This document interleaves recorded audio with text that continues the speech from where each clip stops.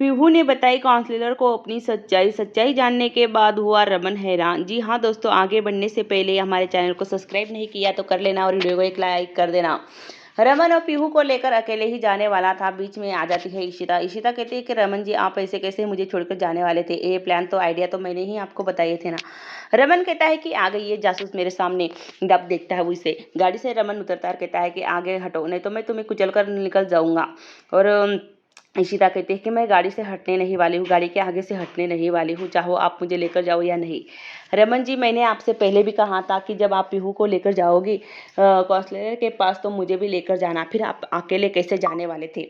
रमन कहता है कि इशिता जी आप क्या जासूस हो, जग्गा जासूस लगती हो मुझे। यहाँ पर इशिता को अगली मतलब अपनी बीते हुए पल की याद आती है। कहती है कि ये रावण कुमार मुझे पहले भी जग्गा जासूस कहता था, याददाश्त जाने के बाद भी इसे जग्गा जासूस के बारे में पता है।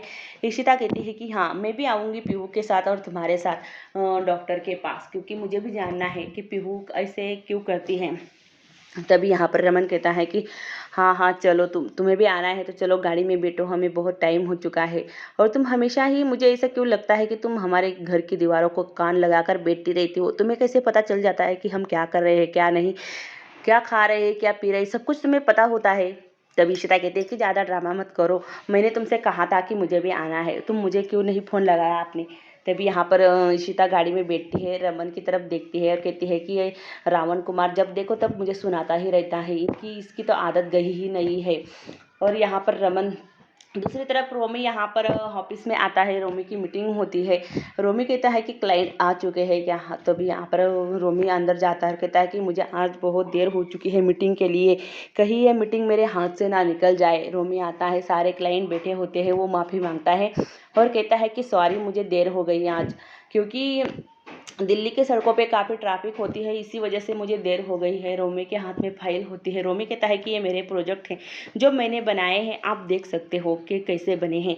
रोमी फाइल देता है और कहता है कि देख लो आप। यहाँ पर जो क्लाइंट होते हैं रोमी के दी हुई फाइल चेक करते हैं और कहते हैं कि हाँ हमने तो आपकी फाइल चेक की है, प्रोडक्ट मतलब जो आपके डॉक्यूमेंट हैं, पर हम आपको ये कॉन्ट्रैक्ट नहीं दे सकते, सॉरी ये मार्केटिंग का कॉन्ट्रैक्ट है, हम आपको दे नहीं सकते, क्योंकि आपके पत्नी ने आप पर जो इल्ज़ाम लगाए हैं, क्योंकि आप बाप नहीं बन सकते। तभी रोमी कहता है कि ये मेरी पर्सनल लाइफ का जो इशू है वो मेरे घर में है, और आप ऐसे कैसे किसी की पर्सनल लाइफ में कहाँ पर भी निकाल सकते हो। आपको कॉन्ट्रैक्ट नहीं देना तो मत दीजिए, पर हमारी ऐसी पर्सनल लाइफ आप इतने लोगों के बीच नहीं निकाल सकते। रमन जानबूझकर यहाँ पर गाड़ी रोकता है और कहता है कि मुझे पानी की बहुत प्यास लगी है और मैं पानी पीकर आता हूँ।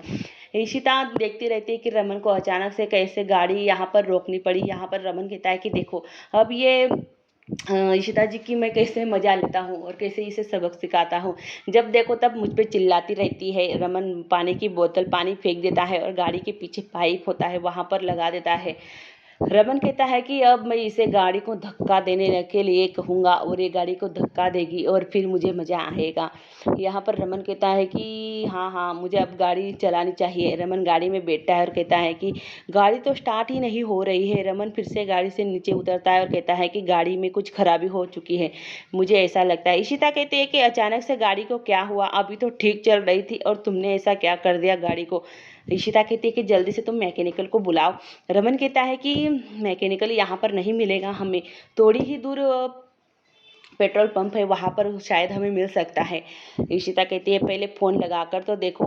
तभी रमन कहता है कि हाँ मुझे फ़ोन लगाना चाहिए, क्योंकि मैं लगा कर देखता हूँ फ़ोन क्या कह रहा है।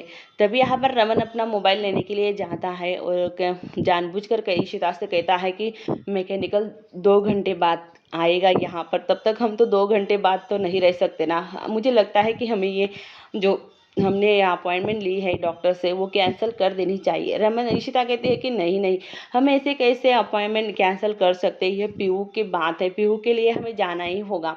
इसे रमन कहता है कि फिर मग तुम्हें पीछे से गाड़ी को धक्का देना पड़ेगा, जाओ तुम गाड़ी को धक्का दो। इशिता कहती है कि एक मर्द होकर एक औरत से गाड़ी को धक्का देने के लिए कह रहा है, मुझे भी क्या है, मैं दूंगी मेरी बेटी के लिए। इशिता बेचारी किससे गाड़ी को धक्का भी नहीं दिया जाता और रमन काफ़ी खुश होता है ईशिता की इस ऐसी हालत देखकर और मन ही मन मुस्कुराता और कहता है कि देखो मैंने कैसा अपना बदला लिया। जब देखो तब मुंह उठा के चली आती है मेरे साथ।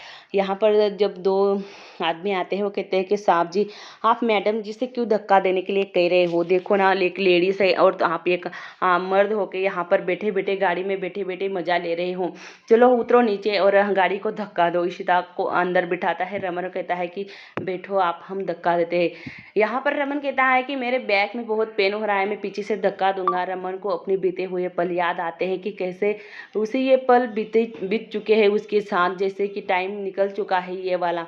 ये रमन पीछे से गाड़ी जो बॉटल होता है वो निकाल लेता है और गाड़ी स्टार्ट करता है।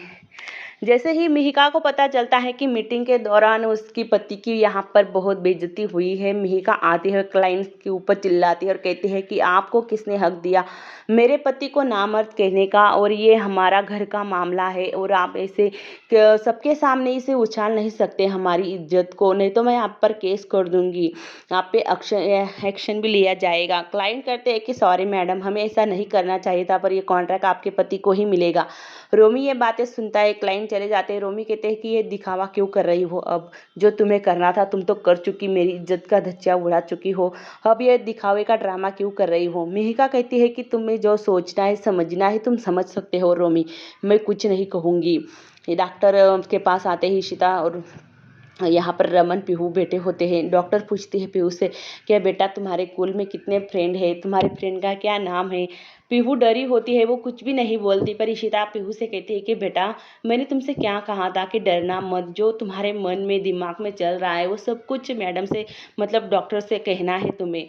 डॉक्टर कहती है कि रमन जी और इशिता जी आप दोनों बाहर जाइए ना प्लीज़, मुझे पीहू से कुछ बातें करनी है अकेले में। रमन और इशिता बाहर आ जाते हैं, पर जो काउंसलर होती है वो डॉक्टर वो पीहू से कहती है कि पीहू बेटा ऐसा तुम्हारे दिल में दिमाग में क्या चल रहा है कि कोई सीक्रेट बात है जो तुम मुझसे कह सकती हो, मैं किसी को नहीं बताऊंगी। पीहू कहती है कि हाँ मेरी मम्मी और मेरी ईशिमा और मेरे पापा मेरी वजह से दूर हो गए हैं, मुझसे दूर हो चुके हैं मेरी एक गलती की वजह से। यहाँ पर डॉक्टर कहती है कि तुम ये गलती सुधार भी तो सकती है ना। पीहू कहती है कि नहीं। पीहू को वो याद आती है कि कैसे अनन्या सीढ़ी के नीचे से गिरी थी। पीहू कहती है कि नहीं अब ये गलती सुधर नहीं सकती क्योंकि ये गलती सुधरने के लायक नहीं है। और पीहू जोर जोर से रोने लगती है और कहती है कि नहीं मेरे मम्मी पापा मुझसे दूर हुए हैं मेरी गलती की वजह से, ना मैं मुझसे वो गलती होती ना ही मेरी सीमा और मेरे पापा मुझसे दूर होते हमेशा हमेशा के लिए। यहाँ पर पीहू रोने लगती है। डॉक्टर जो होती है इशिता और रमन को आवाज़ देती है, कहती है कि रमन जी इशिता जी आप जल्दी से अंदर आओ, पीहू रो रही है। यहाँ पर डॉक्टर जब इशिता और रमन भागकर जाते हैं अंदर और पूछते हैं कि क्या हुआ डॉक्टर, आप ऐसे क्यों आवाज़ दे रही थी। डॉक्टर कहती है कि फिलहाल आप पीहू को घर लेकर जाओ क्योंकि वो बहुत डर चुकी है और जितनी भी प्रोसेस है मैं आपको फ़ोन पर बता दूंगी सॉरी। यहाँ पर डॉक्टर कहती है कि ये जो इशिता जी है ना इसके साथ पीहू काफ़ी कंफर्टेबल रहती है और इसके साथ काफ़ी सेफ लगती है, तो इशिता जी के पास ही पीहू को रहने दो ताकि वो खुद को सिक्योर कर सके, खुद को सिक्योर महसूस कर सके।